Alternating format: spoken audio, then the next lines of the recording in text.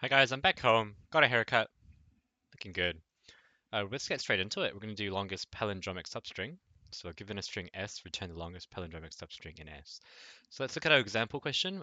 Input is S, B, A, B, A, D. The longest palindromic substring in here is B, A, B.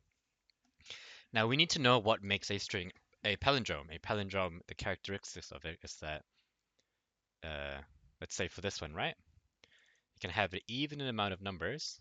So yeah, it must have, so we can see B is 2, which is an even amount, and A is 1, where A can be a odd number. This means that for a palindrome, we can have 1 in the middle, but everything else must have an even amount of numbers for it to, in order to be a palindrome. So if you think about this longest palindromic substring, if we think about, let's think about B for itself. Is B a palindrome? Yes, it is, because read it forward, backwards, it's the same to B. Now let's go back one, A, B, A. Is that also a palindrome? Yes, it is. And then let's go back one again.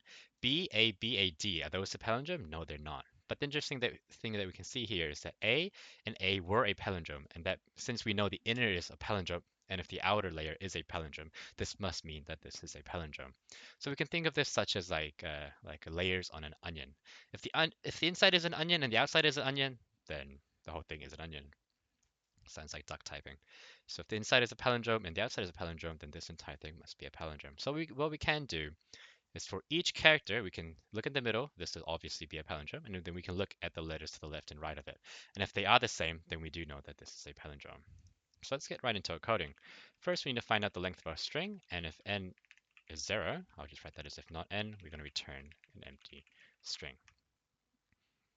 Now, we're going to go through the entire range of the characters. And then what did we say?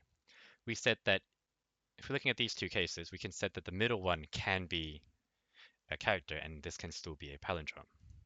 But other cases like this, it doesn't have to be a palindrome. So there are two cases that we have to check for. So, so the two cases that we have to check for are for range 2. Yeah. So we look at this number, and then we look at the letter after that.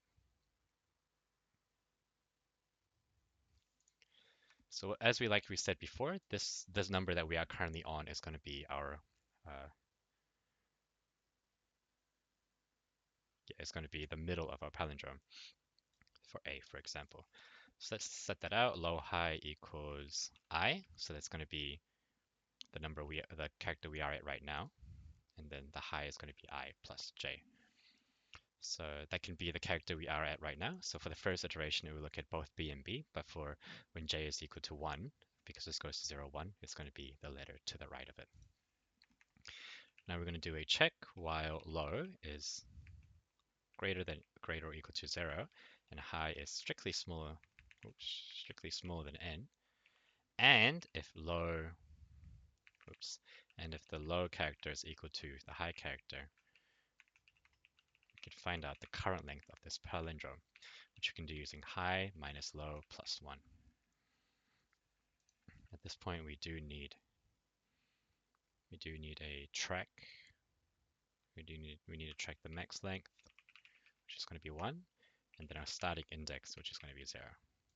Now let's compare it. If the current length is greater than the max length that we have, first we want to update max length to the current length.